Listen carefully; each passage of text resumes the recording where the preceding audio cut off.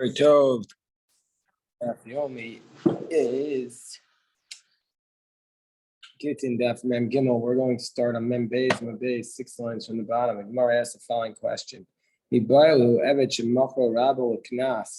So this is a case of speculation. Basically, a slave who his master sold the rights for his kanas.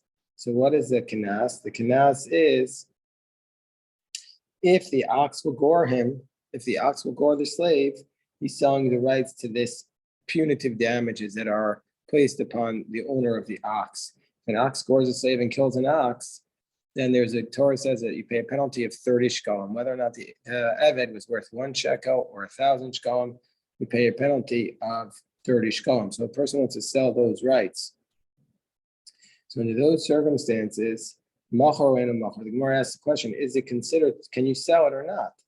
The Gemara says we know that there's a machokas in Shas. There's a dispute throughout the rest of Shas whether or not somebody could sell something that's not yet in existence. That's a machokas to the Meir and the Rabbanan. Whether adam makne davar shobo, whether you can sell something that's not yet in existence. So you might have thought, oh, this is the exact same machokas as there. That Rameir says you can't sell it, and the Chacham say you can't. So the Gemara says, no, it's not the same machokas. Tibailu Rameir, Tibailu Rabbanan. It's a dispute both according to Rabbi Meir and according to Rabbanan. Tibailu Rameir. It's a question according to Rabbi Meir because Ad Kan will come Rabbi Meir. When does Rabbi Meir say Adam Makna Devar Shalbo? And when does Rabbi Meir say you could sell something that's not yet in existence? That's by the case of Peros, Dekel, Vidi, Asu. That's by the fruits of a palm tree, where it's basically expected that they're going to come. Meaning to say, everybody knows that you plant a palm tree, the dates are supposed to come out. It's the way the world works. But here, it's total speculation. How do you know the ox is going to gore? And even if he does gore, how do you know he's going to end up, the owner is going to have to pay? We're on top of Mem Gimel and Aleph. Dilma Modu Miftar. We have a concept of Modu B'Kanas Potter. Somebody who admits a penalty is exempt. So maybe even if the ox won't gore, maybe even if the ox will gore, the owner is going to admit the penalty and then he won't have to pay it. He'll go to the court in advance of the claim and he'll say, before the witnesses come and say, my ox did it, and then I'll be exempt from the kanas. So the Gemara says, it's also a question on the Rabbanan who say that a person cannot sell something that's not yet in existence. Why? What's the extent of what the rabbis say a person cannot sell something not yet in existence? Maybe he only says that on Peros, Dekel. Maybe the Rabbanan only say that by the fruit of a tree, because right now the fruits are not yet in existence, so you can't sell it. But in this case, in this case, the ox is there, the slave is there, everybody's there already. So maybe the Rabbanan would allow you to sell it. So what do we say? What's the halacha here? I'm a Rabbi Abba Tashma. So we're going to try and bring a brisa based upon the following psukim, that the Kohen, as a background, the Kohen, he's allowed to eat truma. Also, the members of his household are allowed to eat truma. Who can eat truma? Kinyan kaspo. If he acquires a slave, the slave can eat truma. And also, if the slave gives birth to a child, it's called the yelid bias. If the slave gives birth to somebody born in his household, that person can also eat truma. So the Gemara asked the question. It says yelid bias that a person born in the Kohen's household could eat the truma. But why? It's so obvious. Why does it need to say that? Matam Omer. If a slave who he acquires can eat the truma, for sure somebody who's born in his household will eat it. So, because if it didn't say you would bias, well, I might have said maybe only a slave that is acquired, which is actually worth something, maybe he can eat the truma. So I might have said also only a yud bias where he has a value to him, but if he's valueless, if he has no value, he can't eat from the truma. How do I know if there's a yud bias that doesn't even have any value whatsoever, then he could eat from the truma? Tamom or yud bias, which means we call makom, regardless of whether or not he has value. I might still only say yud bias ben sheish bo shavakasef ben shavakasef ochal kinyan kasef yesh bo shavakasef ochal ein bo shavakasef ein ochal. I might still say, okay, you would bias, he can eat from the truma whether or not he has a value, but a kinyan kasef, That type of Eved can only eat if he has a value. Tamomer kinyan kaspo v'yud beso. So the pasuk compares them. Now you would buy a sapisheno shavuklam ocho af kinyan kaspo af pisheno shavuklam ocho. So the pasuk compares you would buy and kinyan kaspo to tell us that both of them can eat just like you would buy can eat from the truma, even though he doesn't have a value. Also a kinyan kasef. And if you're going to say that a slave can be sold for their knas, then just for the value of their knas, and it's a valid sale. And every slave has a value. Every slave can be sold for a knas. So how could you ever have a kinyan kesef or you would bias that doesn't have any value to it? So it must be that kinyan kesef and you would bias have a value to them. Mer says no. In ika eved treifa. No, there can be an eved that has no value and yet can be sold for the knas. The case of a treifa, so where the case of a treifa where there's no knas for a treifa, so there's no value, and so therefore it is possible to have a slave without a value, and so therefore you could pay the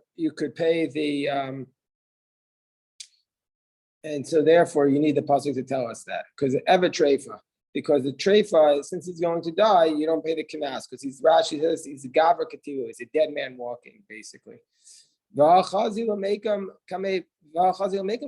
mean he has no value? The treifa can stand in front of him, he could serve him, and even though he's going to die, nevertheless, he can still bring him coffee that day or something. Gemara says no, but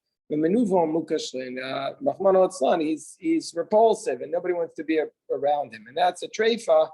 Who has no value. There's no value for the present. There's no value for the kinas.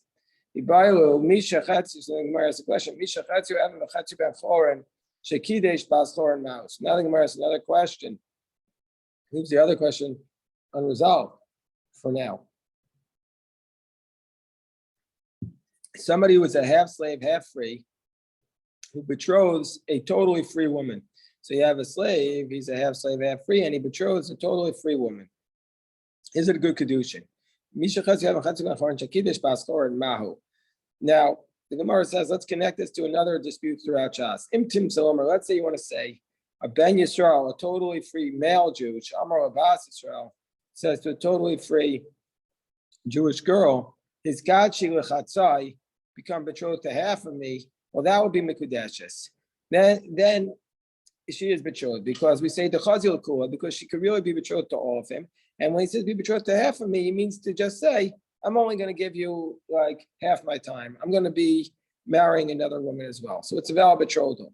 Imtim tzalomar, and if you want to say Ben Yisrael Mikadesh Chatzi Isha, so in that case, it's a valid betrothal in that first case. And also if you want to say Ben Yisrael Hamakadesh Chatzi Isha. Let's say a free Jewish man says to a woman, I only want to betroth half of you.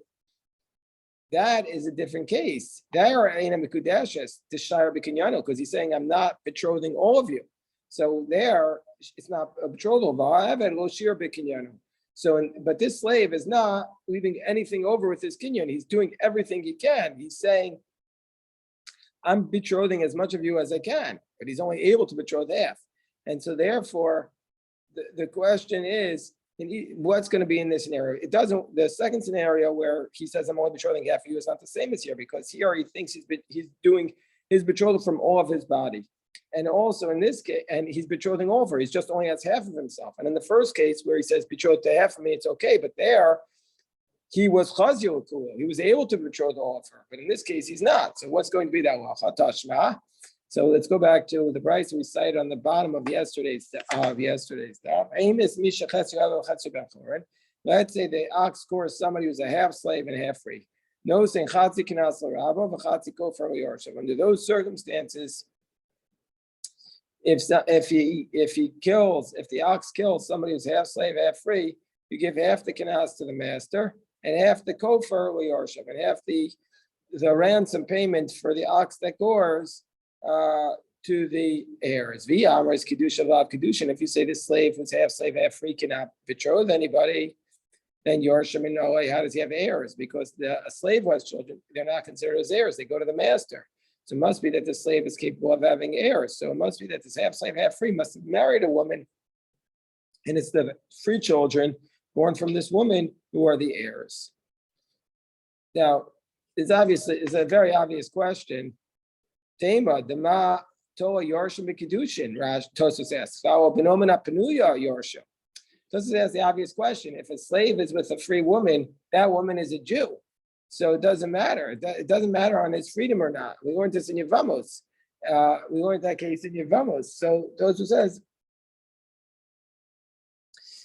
says, therefore, we have to say the savar shas.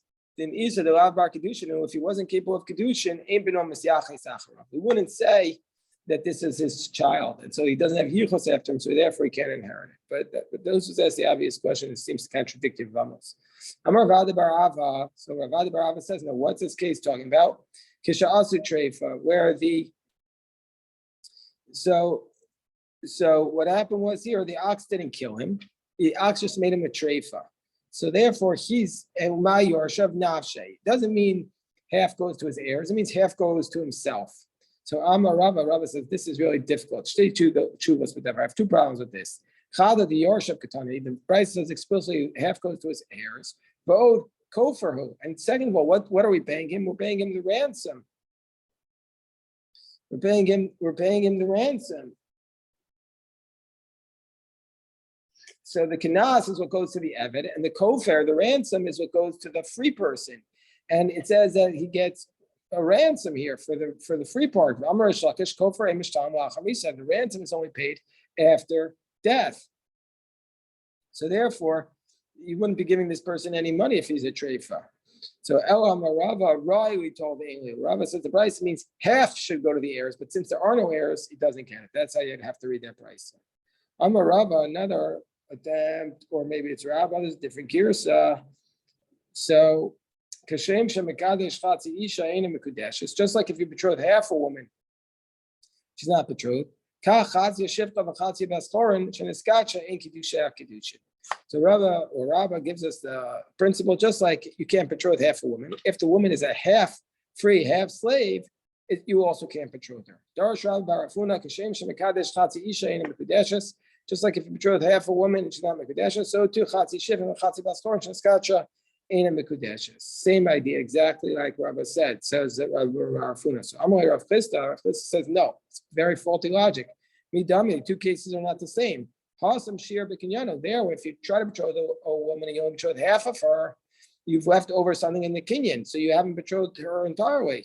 So therefore, it's not valid. But hachal shir b'kinyano. Here, you're trying to betroth all of her. That's possible. You haven't left anything over. It should be valid. Hadr ukim Rav Barafuna amorale. So therefore, Rav Barafuna. But then Rav Barafuna changed himself. He got an amora. He got somebody who speaks over what he said. He put this guy next to him. Vidarash, and he says, he expounds the verse from Isaiah, which says, it says, if a person grabs somebody in his father's household, katzin, what does that mean? It means a person cannot really understand Torah unless he stumbles with them. And Rashi explains, this is how he started the drasha. He got up there and he said that this pasuk from Isaiah was referring to the people of Jerusalem, that they had given out rulings of Torah, and they would ask their friends, Simlacha, do you have a garment? You have a garment, meaning you understand the hidden. Be our officer. Meaning to say, these words of Torah that will be under your hand. Meaning to say, Rashi says, Divrei Torah she'ein adam omed al misason achi kasha ben l'ros tos v'yachlimu v'unosing levu mevin tachas yadechain. The words of Torah, a person really can't master them until he's ready to be embarrassed by his mistakes. He's not afraid to say mistakes. That'll be underneath your hands. We see from here the words of Torah a person can only achieve if they are not embarrassed to make mistakes. The opposite of perfect is done. Meaning to say a person does something and knows it's not perfect, that's how a person is able to grow in their Torah. So Rav Barafuna says, listen, I made a mistake. Even though I said if somebody betroths a half a woman, she's not betrothed. But nevertheless, even though if somebody betroths half a woman, it's not betrothed. But if you betroth a chatzi shifcha, a chatzi baschorin, it is a valid betrothal. Why? Because of what we just said. My time awesome shir b'kinyano achol shir b'kinyano, because you haven't left anything over with your kinyan. You acquired as much, you betrothed her as much as you can. And Amar Rav Sheishus Keshem Shemikadesh Chatzi Ishein Mekudesh as Ka Chatzi Shefcha V'Chatzi Baskor Shenskach Egedusha Kedushin. Rav Sheishus disagrees with Rabbi Barafun. He says just like if you betroth half a woman, it's not betrothed. So too, if you betroth a half shifcha and half baschorin, it's also not a betrothal. It's also not a betrothal. And he says, and if somebody's going to argue with him and say, no, let's go to the verse from the Torah, Ezu shifcha charufa. Now there's a dispute in the amongst the Tanaim, what's considered to be a shifcha charufa, because it says in the pasuk, the shifcha, which is referring to a shifcha charusa. So what is a heftego niftesa? So the Gemara in Krisos Yirah from an Alf has a dispute. What's considered redeemed and not redeemed? So one approach is that she's a half shifcha and half baschorin who's betrothed to a Evet Ivri, and or any other Jew. So therefore, that's one approach. So if somebody's going to say Ezu shifcha ve'eza charufa zush shechatzi shifcha v'chatzi baschorin amurasa Evet Ivri, we see from here, from this concept, Alma Basis Rusahi. So somebody who's a woman who's half slave, half Jew, we see she can become betrothed. She's betrothed to a Jew. So you see that you can have such a betrothal. So why Rav Sheshes says you can't? So what am I going to say to that? So that's the opinion of Rabbi Akiva. And Morlo says Rav Sheshes, I'll say to him, Kachetz el Rabbi Shmuel. Go to Rabbi Shmuel. Shu Omer b'shifra kananis amuraso avid ivri. Rabbi Shmuel says that pasuk is not referring to a half shifra, half free, half shifra. That's referring to a shifra kananis, to a total Canaanite slave who's betrothed to a Hebrew slave. The shifra kananis and this Canaanite slave. So the Gemara asks, "V'shifra kananis basis." So could she really be betrothed? No, she can't. What do you have to say? My muresis. It doesn't mean she's actually betrothed. Miuchadis. It means she's just designated to this man. And achinami my muresis miuchadis. It doesn't mean in this case that she could be betrothed if she's half slave, half free. It means she's just designated. So Rav Sheshes says, I pass like Rabbi Yishmael.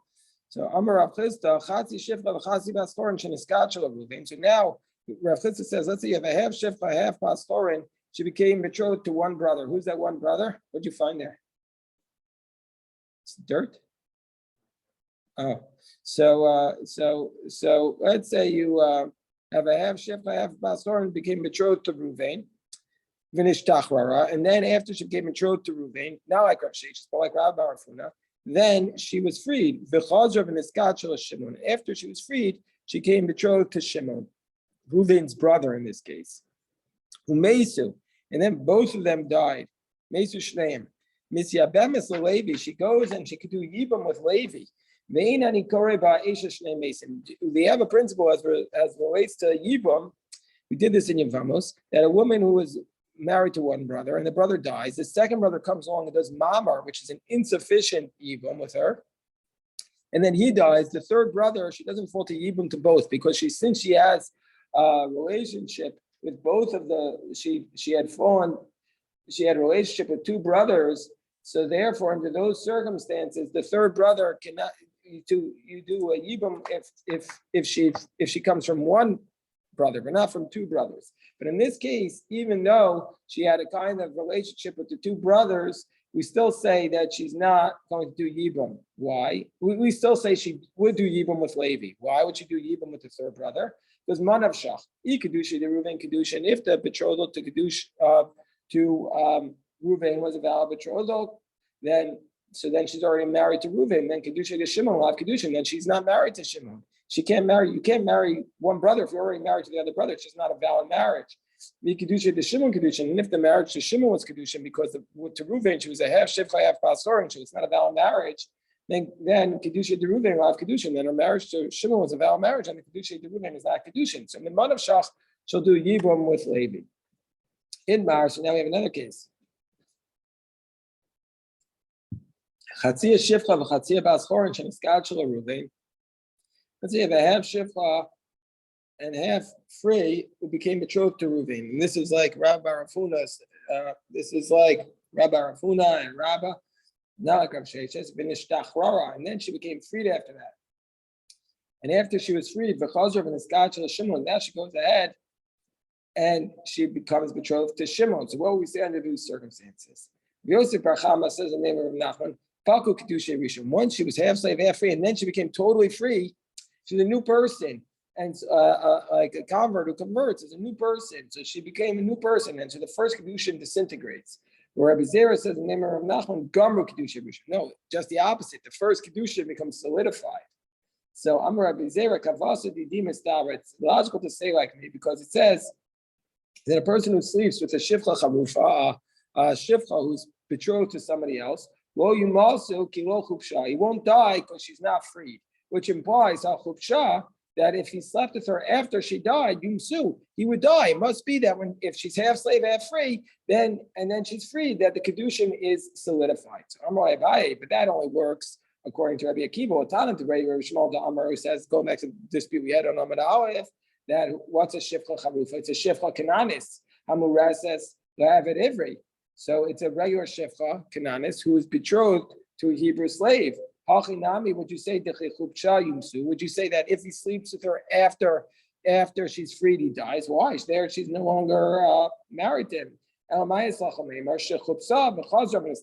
talking about a case where she was freed and then he goes back and betroths her. And hachinami, that's what we're talking about. Also to this case over here must be shechupsha v'chazor miskach. She was betrothed afterwards, and so it's not a case where it's not a proof for Rabbi Zera. It must be the opposite, a proof for Rav Yosef Bar Chama. The name of Rav Nachman. Amar Avuna Bar Katina Amar Rabbi Yitzchak Naisa B'isha Achas. There's an incident of a woman shechatzi shevcha v'chatzi baschorin. She was half slave, half free. V'kafu as Rabba v'asa baschorin. And then they forced her master, and they made her totally free. So it must be like Rabbi Yochanan Broka. So why are we making her free? Remember, we saw earlier in the Mishnah that said that even Beis Hillel paskins like Beis Shammai, that if there was a man who was half slave, half free, we make him entirely free so he could fulfill the mitzvah of Peru Revu, because it says, the world was created to have children. So maybe that's why we're pasking here that she has to be freed, because it's like Rabbi Yochanan who says,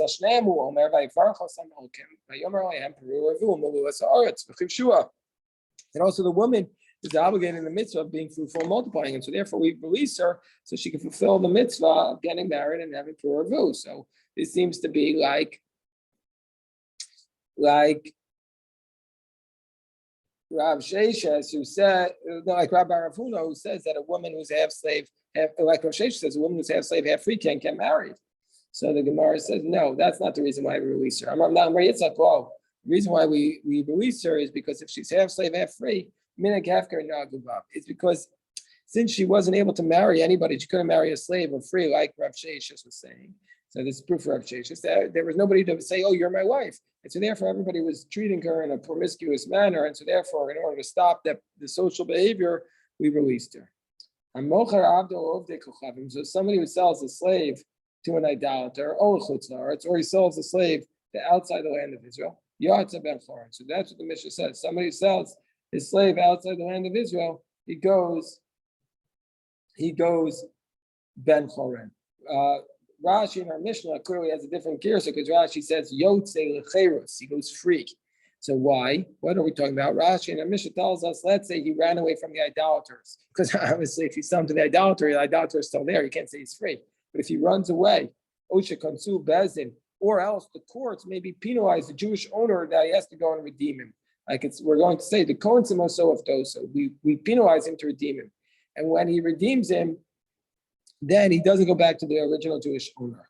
And it's a kanas. The rabbis are penalizing him because he took this slave away from the mitzvos, and also taking him out of chutzlar, taking him out of the land of Israel. He's taking him out of doing mitzvos. So okay. So Tan Rabbanan Mochar Abdu Ovdei Kochavim. So what does the Gemara say? If you sell your slave to idolaters, Yatzal Cheres, the slave goes free. V'tzarch et shichron l'Rabba Rishon, and he requires a document of emancipation from the first owner. Amar Ashba. So that why does he require a document of emancipation? So he can marry a full Jew. So Amar Ashba Gamedvar Mamurim. When do we say this? Shalkasav of Ono, where he didn't write for him an Ono. An Ono is a contract. But if when he sold the document, he wrote a contract of sale. That was the document of emancipation. My ono Rav Sheshes because of Vayahachi. What is this? Oh no, that Rav Sheshes says he wrote as follows: when you run away from him, I have nothing to do with you. That's a document of emancipation. So he doesn't need to do anything else. Tana Rabbana, the rabbis taught in the Brisa. Let's say you use this idolatrous slave, this Ebekanani, and you make him a collateral for your loan from the idolater. Once he makes him an idolater, once the Oved Kochavim makes him his nimuso, yasol cheres. We're going to have to say what nimuso is. Then the slave automatically goes free. It's like you sold him. What's a nimuso? Amrafun bar Yehuda nashki, meaning to say, once he puts the nashki on you, that the idolater says, "Oh, that's my collateral, that slave." He puts in nashki. What's Rashi? Rashi says nashki is a chosim. It's a sign. It's a sign that he's a slave. That they hang around that the idolaters used to hang around their necks. The Ohr HaChaim HaKadosh says that the nashki of the Jewish people is our tzitzis. We hang that around our necks. So once the idolater makes a nashki for this Ebekanani, the Ebekanani goes free. Masav Rav Sheshes says, you want to say a nashki is a sign that you put around the necks. Let's say you have a arisin. What's an arisin? Arisin is a sharecropper that a Jew, let's say, is a sharecropper to an idolater. He works on the idolater's land and he gives him a portion of the crops. This price is assuming that if idolater owns land in Israel, you don't pay meiser for it. And also the chakiros is that it's another type of sharecropper. He says, I'm going to get this land, in return I have to give you a certain amount of wheat. Varise bate avos, and also these are arisim who are like another type of sharecropper, from your father, you're a sharecropper. For Oved Kochavim Shemashkin Sadeh Yisrael, an idolater who gave his land to the Jew as a collateral. Avapisha also nimuso, even though the idolater made their land nimuso, nevertheless, we're going to say Peturim and Amaiser. It's as though the idolater, even Avapisha also nimuso, even though presumably here the Jew makes the nimuso on the land. So he makes the Avapisha also Yisrael. Rashi says he made the Yisrael his nimuso on the land. Nevertheless, it's going to be exempt from Meiser because it's as though the idolater still owns it. So even though the Jew is making this mark on the land, the idolater still owns it, and therefore they don't pay Meiser. V'isal kadaitach nashki sadev. And if you're going to say that the nashki is a field, and if you're going to say that what's nimuso nashki, a sign, a necklace you put around the neck, that can't work. Sadeh bas nashki, is the field the bas nashki? Is the field is not something you put around the neck. So a nimuso can't be a nashki. So what is the nimuso? Which we said that once the idolater makes the nimuso on the slave that you made the collateral, the slave goes free. What's the nimuso? The nimuso is zmane, that you put the time in it. So you put the time in it. So that's once the idolater says if the slave is not sold by this time and date, I'm going to collect it. Then the Ebekanani is automatically going to go free. So we're going to have to look up. We're going to continue with this later on. Everybody should have an amazing day. Shkoyach.